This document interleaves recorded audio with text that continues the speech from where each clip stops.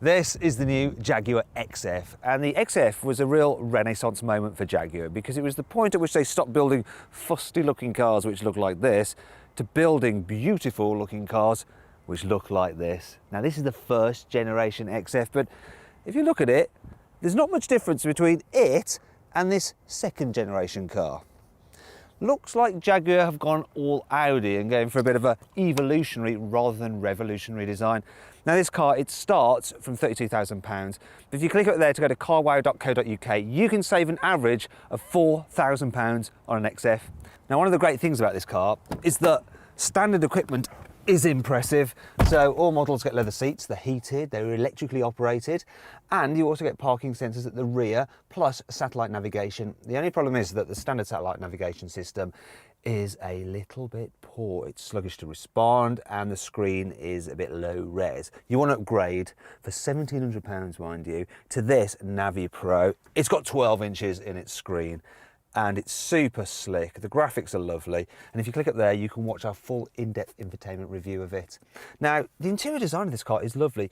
Got a digital driver's display, and just the way the cockpit wraps around you and the seating position is sporty just makes this car feel more like a sports car than a saloon. Now you might think I'm being very biased because of course I'm British, so I'm going to say this car's brilliant, but I am a fair reviewer because I don't think the quality in here is as good quite as you get in the Mercedes E-Class. So touch some of the plastics here. That one there, ow, doesn't pass the Carwow flick test. And listen to this, that's all a bit hollow. On the plus side, this car does have good cubby spaces, so look at that.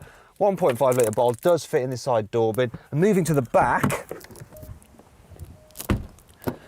well, you can actually fit that bottle of water. Can you please? So you can, look, in there as well, which is quite impressive. Now, one of the problems with the old Jaguar XF was that it felt cramped in the rear, but they have fixed that.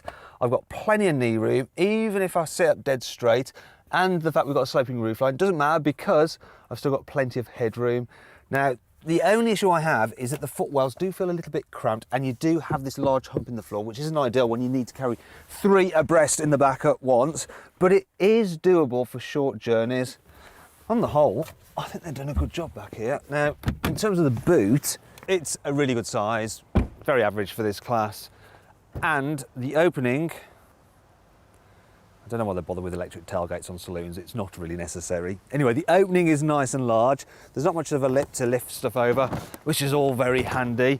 Under here, I've got a space saver spare wheel and a bit more space to hide some things away. There's plenty of tether points here and there. We've got a 12-volt socket for plugging in your handheld vacuum cleaner for cleaning out your dog hairs. Actually, you probably shouldn't put your dog in there, it'd be a bit cruel, wouldn't it, in a boot?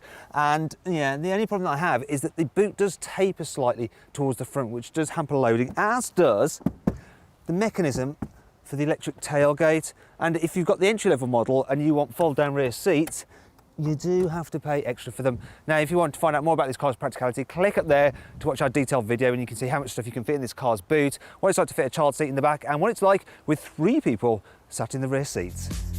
Overall, the new Jaguar XF is a big step up over the old car, but does this continue out on the road? So you jump in a Jaguar XF and the first thing that hits you is just how much fun this thing is to drive. You know, it's a big saloon car, but the way it goes around corners is brilliant, and it really is great fun. I mean, part of that reason is because it's rear-wheel drive, so you get that sensation of being pushed out the corners. Now, you might be a bit worried that, oh dear, rear-wheel drive, does that mean that I might get stuck in snow?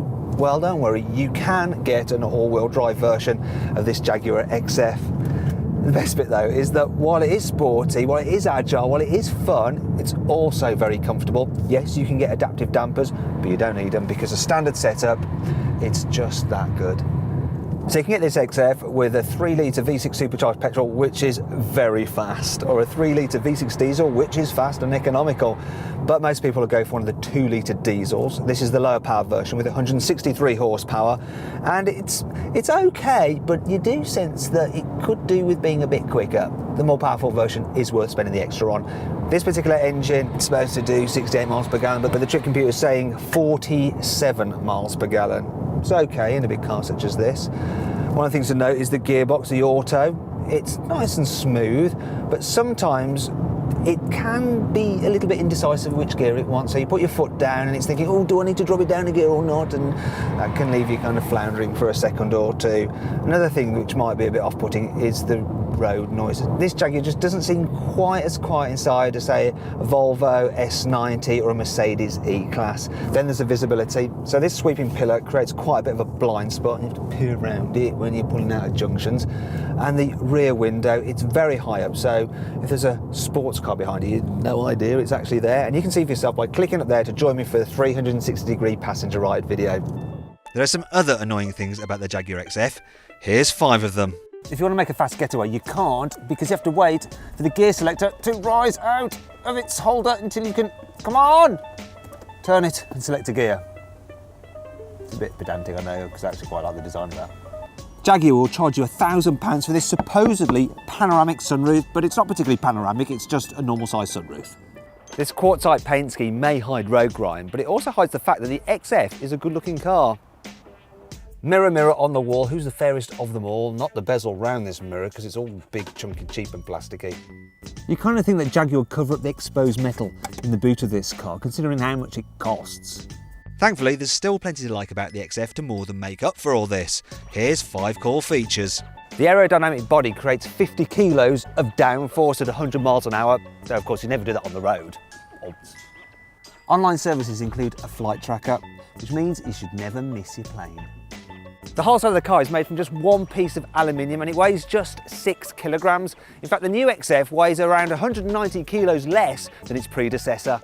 Jaguar's adaptive dynamic system measures the position of the wheels 500 times every second and adjusts the dampers accordingly.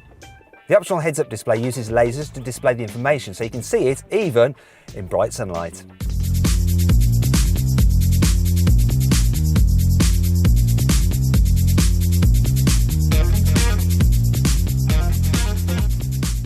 Now, if you click up there, you can get more information on the Jaguar XF and find out the best deal you can get on one at carwow.co.uk.